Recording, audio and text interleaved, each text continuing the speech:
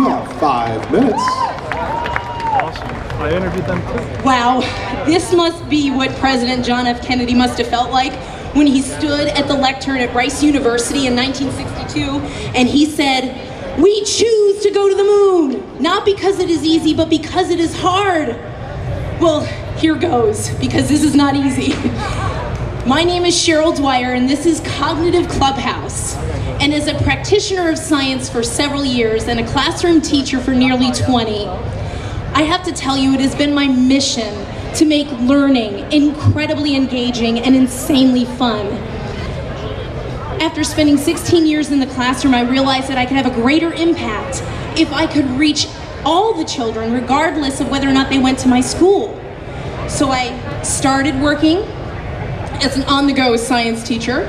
Currently, I operate as Big Bang Science, where learning is always a blast. And I do stage presentations and in-school expeditions and birthday parties and field trips. And I'm often asked, where is this Big Bang place? I want to blow stuff up with you, Miss Cheryl. This will be awesome. And don't get me wrong, I would love to have my own location. But then I realized that we have of course have a science museum here, and there are children's museums all over the world, but there's nothing that focuses on academia as a whole. And I never want to give kids the impression that science is the only academic curriculum area that you can make insanely exciting. So I want you to imagine a place that's part science lab, part theater, part art studio, an arcade and amusement park, with a space for professional development all rolled into one. You see, when you come to Cognitive Clubhouse, you can play and learn as a family. You can walk through our exhibits. But it gets better. You see, I want studio space for practitioners like myself who do things really well that I don't necessarily do. So perhaps you're a history teacher and you dress up like Christopher Columbus and bring history alive to kids. Or maybe you're talented at showing people how to grow an organic herb garden. Or maybe belly dancing or chainsaw ice sculptures. You need a space to share your gifts. And let's face it, look at how talented Jacksonville is. I mean, over 5 days, people have had the forum, had a space to show off Jacksonville. And I couldn't be prouder of my city right now. I don't want Jacksonville's innovative and creative community to only get 5 days a year, but 365.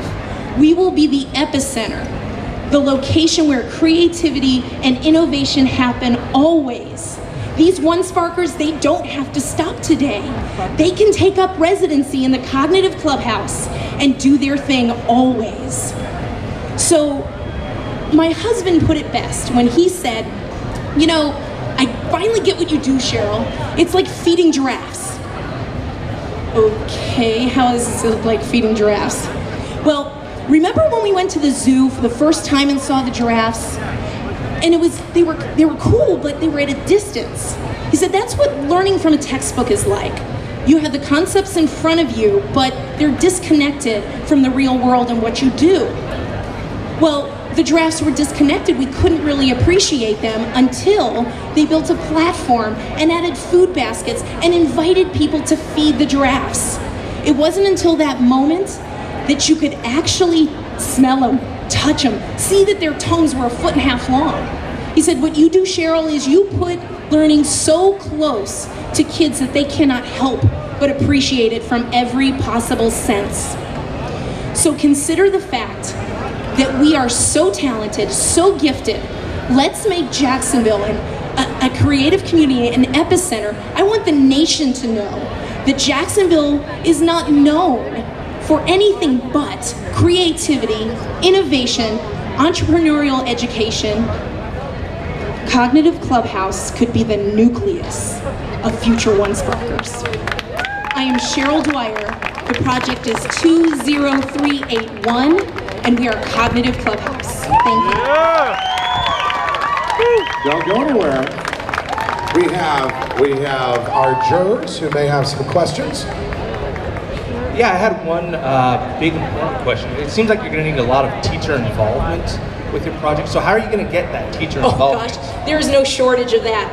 Over the course of the last 5 days, I've probably talked to 5,000 practitioners a day who were eager to take up residency. Teachers I've worked with in the past. There are folks sitting out here right in the audience right now thinking, I do something really well. I can totally be involved in this. Not only are we creating a space, but we're also offering jobs to people here in this community, and who wouldn't want that? So you're initially wanting to create this space for Jacksonville, and it is an innovative model. How do you see in the future, once this is successful in Jacksonville, taking this model and replicating it elsewhere? I ask particularly because not only is $10,000 on the line, but a trip over to pitch your idea in Berlin. You know, it's funny you mentioned Berlin, because One Spark got its start here, right here in Jacksonville, and now it's taking it on the road. Cognitive Clubhouse can find success here and also do the same. Travel to Berlin, follow the One Spark team, and make this kind of thing happen. Why not support One Spark and offer that nucleus that can then carry One Spark to everywhere it goes? Yeah, thank you for your presentation. When we spoke before, you mentioned that whatever funding you received from One Spark would go towards securing a premises for the clubhouse. Beyond that, how do you anticipate being able to sustain the project in order to have the influence you want to have? We have so many revenue streams as options. Consider the fact that folks would pay a minimal admission to come and play during the day.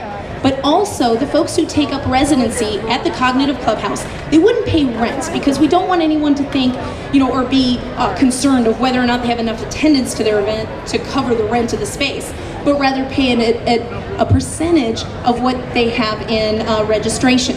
So there's a revenue stream there.